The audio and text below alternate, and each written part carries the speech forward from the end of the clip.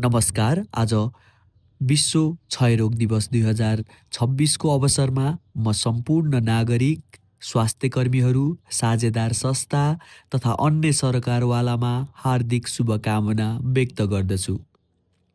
यस वर्षको नारा हो हामी क्षयरोग अन्त्य गर्छौं, राष्ट्रिय अभियान हाम्रो योगदान भन्ने रहेको छ।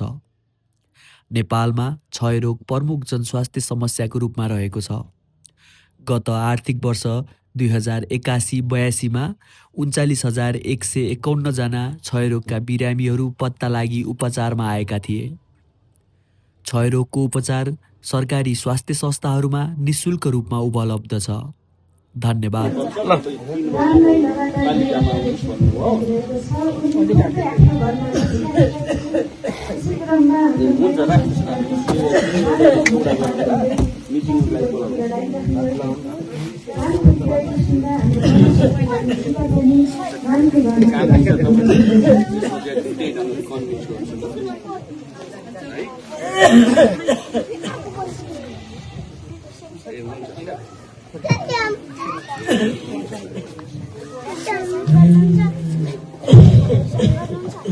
नमस्ते राम दाई। नमस्ते बहिनी। हजुरलाई निकै सन्चो छैन कि क्या हो? बहिनी मलाई त खोकीले हैरान पारेको छ। ए हो र, कति दिन भयो नि हजुरलाई खोकी लागेको? खोकी हुनु बहिनी, मलाई खोकी लागेको त 2 हप्ताभन्दा बढी भइसक्यो। खोकीले नामै लिउन बहिनी। ए हो र, स्वास्थ्य चौकी जानुपर्छ नि दाई। यति सानो खोकी लाग्दा पनि स्वास्थ्य चौकी नै जानुपर्छ बहिनी। जहाँ भयो यति जाऊ खोको त तातो पानी खाँदा पनि निको भइहाल्छ नि। त्यस्तो भनेर हुँदैन नि दाई, पछि गएर फेरि बसेर पढ्न सक्छ, त्यही भएर बेलैमा स्वास्थ्य चौकी जानुपर्छ। हुनु त हो कि बहिनी, जानु पर्ला नि। हुन्छ दाजु, म पनि अहिले स्वास्थ्य चौकी जान्छु, हजुर पनि बेलैमा स्वास्थ्य चौकी जानु होला है। ए हस् बहिनी हस्।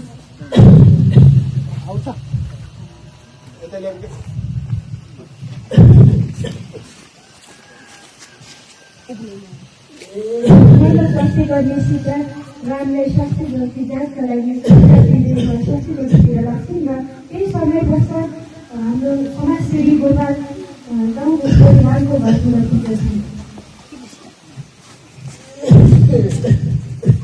नमस्ते राम दाई। नमस्ते भाइ। देवर दाई खोक्दै हुनुहुन्छ त, सन्चो छैन कि क्या हो? के हुनु र दाई, 2 हप्ताभन्दा बढी भयो खोकी लागेको, अस्पताल भन्दाखेरि मात्रै मान्नु न दाइले त। ए 2 हप्ताभन्दा बढी खोकी लाग्नु भनेको त सामान्य होइन नि दाई। त्यो त टिबी अर्थात् क्षयरोगको मुख्य लक्षण हो।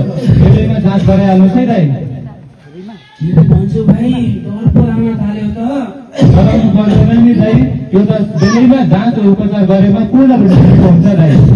हो त दाई, म गाउँतिर लाग्यो है त। ए हवस् भाइ हवस्।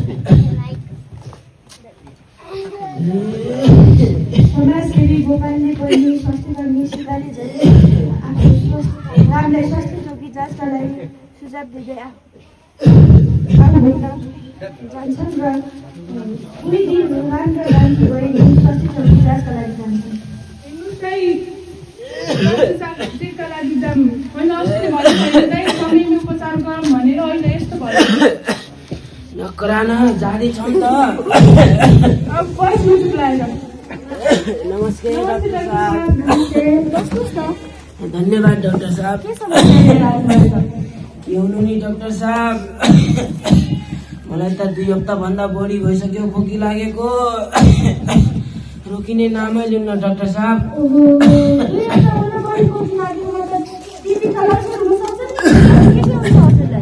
अरू त के गर्नु डाक्टर साहब, मलाई त राति राति ज्वरो पनि आउँछ।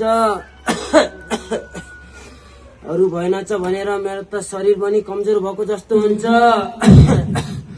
मेरो त शरीरको तौल पनि घटेको छ डाक्टर साहब पहिला भन्दा। ए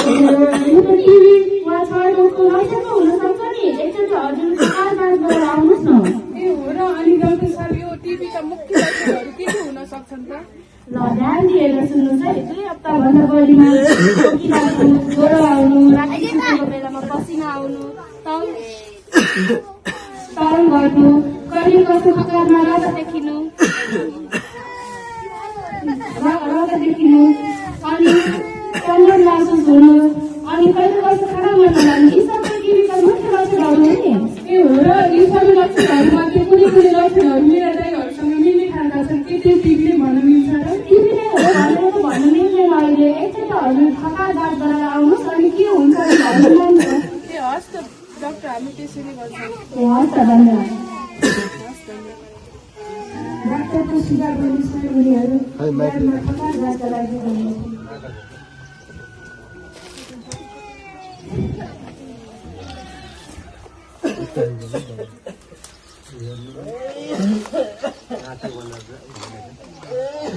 नाटक होइन, रियल हुन सक्छ भने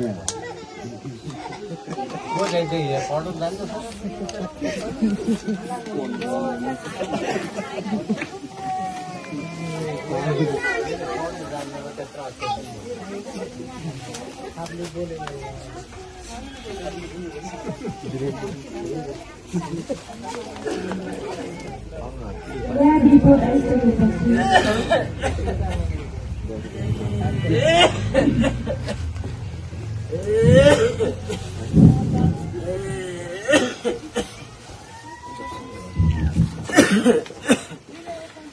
डाक्टर साहब रिपोर्ट आयो।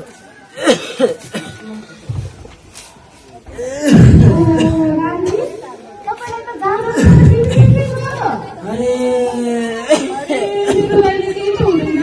तपाईँ आउनु पर्दैन नि, हजुर सबैमा आउनु भएको छ जाँचको लागि। हो र?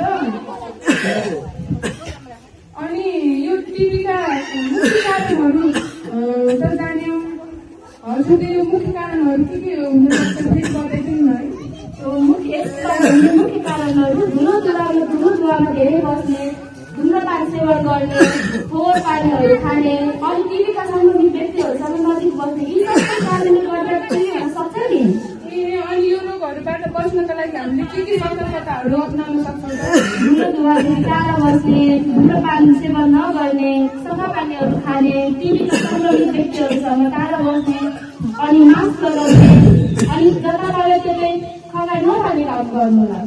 ए हो र डाक्टर साहब? हजुर, यी सबै कारणले गर्दा हजुर टिबीबाट जोड्न सक्नुहुन्छ नि। अनि एउटा कुरा ध्यान दिएर सुन्नुहोस् है, औषधि चाहिँ नियमित रूपमा दिनु होला। कम्ती भयो भनेर बिचमा छोड्ने काम नगर्नु है। ए उपचार त गर्नु डाक्टर साहब, तर हाम्रो आर्थिक अवस्था निकै कमजोर छ, हामीले उपचार गर्न नसकिन्छ हो कि? तपाईँलाई त थाहा नै रहन्छ त, टिबीको जाँच र उपचारको लागि नेपाल सरकारबाट निःशुल्क पाइन्छ नि। ए निःशुल्क पाइन्छ? हजुर, बरु ढिला कार्यक्रमहरूको भएर औषधि ए हुन्छ, हस् डाक्टर साहब, हामी त्यसै नै गर्छौँ। हस् त, धन्यवाद। अनि एउटा कुरा ध्यान दिएर सुन्नुहोस् है, महिनासम्म लगातार औषधि खानुपर्छ। महिनाको 3 दिन 2 दिन महिनाको गरममा 3 चोटि जाँचको लागि आउनु है हजुर। ए हस्, हुन्छ डाक्टर साहब, हस् त, धन्यवाद। हस् त, धन्यवाद डाक्टर साहब। हाम्रो श्री बहिनी स्वास्थ्य चौकीमा जाँच गरिसकेर उनीहरू घरतिर लाग्दैछन्। घर खाद्य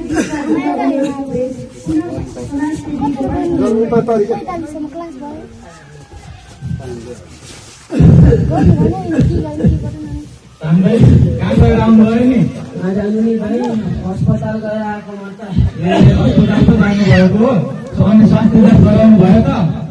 भाइ गराए नि। के भएको रहेछ दाइ हजुरलाई? भाइ तिमीले पहिला भने जस्तै डाक्टरले नि टिबी छ भन्दै थिए कि र? ए टिबी पो भएको रहेछ त दाइ? भाइ टिबी छ भन्दै थिए।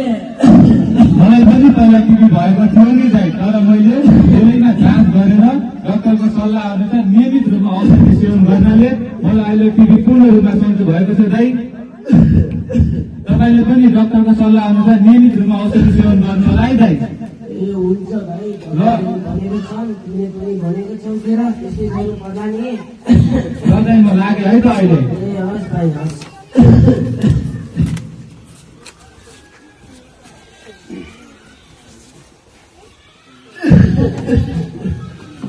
बुबासँग प्रायः घरतिर राख्दछ र 1 महिनापछि राम्रो अवस्था बुझ्नको लागि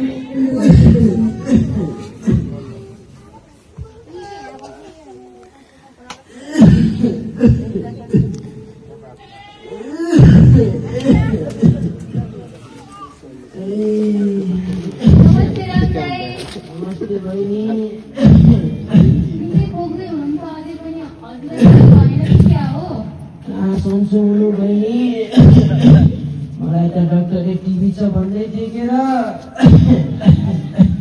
ए हो र टिभी पो भएको रहेछ हजुरलाई किन टाढो बस्नुभएको छ त हजुर राम्रो पऱ्यो नि दिदी यो टिभी रोग भन्ने त सर्छ भनेर सुनेको थिएँ अनि हामीलाई सर्छ भनेर टाढा राखेको नि सबैले टाढा राखेको हुन्छ त बिरामी मान्छेलाई त सबैसँग घुलमिल पो गराउनुपर्छ त ए हो र मलाई त थाहै थिएन गाउँमा हल्ला सुनेको थिएँ टिभी भन्ने रोग त सर्छ टाढा राख्नुपर्छ भन्ने सुनेको थिएँ त्यसैले टाढा राखेको डराउनु पर्दैन नि नियमित रूपमा औषधि खानुपर्छ दालहरू खानुपर्छ गेडागुडीहरू खानुपर्छ अन्डा तिनीहरू खानुपर्छ अनि सन्चो भइहाल्छ नि ए हो र हजुरले भन्नुभयो थाहा भयो अबदेखि त्यसरी गर्छ नि हुन्छ त्यस्तै गर्नु होला अनि हजुरको घरमा को हुनुहुन्छ त को हुनु नि बहिनी एउटा बहिनी छ के रे अनि एउटा आमा हुनुहुन्छ आमा घाँस काट्न जानुभएको छ ए हो र अनि यो टिभीको लक्षण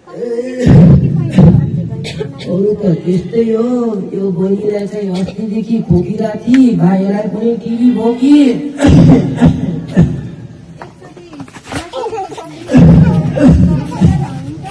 ए हुन्छ बहिनी लाउनु पर्ला नि त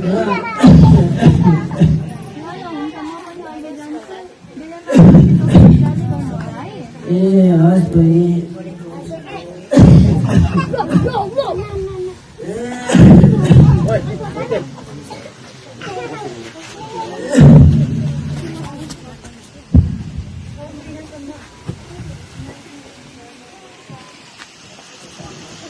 छ महिनासम्म लगातार स्वास्थ्य जाँच गर्ने र लगातार औषधि सेवन पश्चात रामको अवस्था अहिले कस्तो छ हेर हो त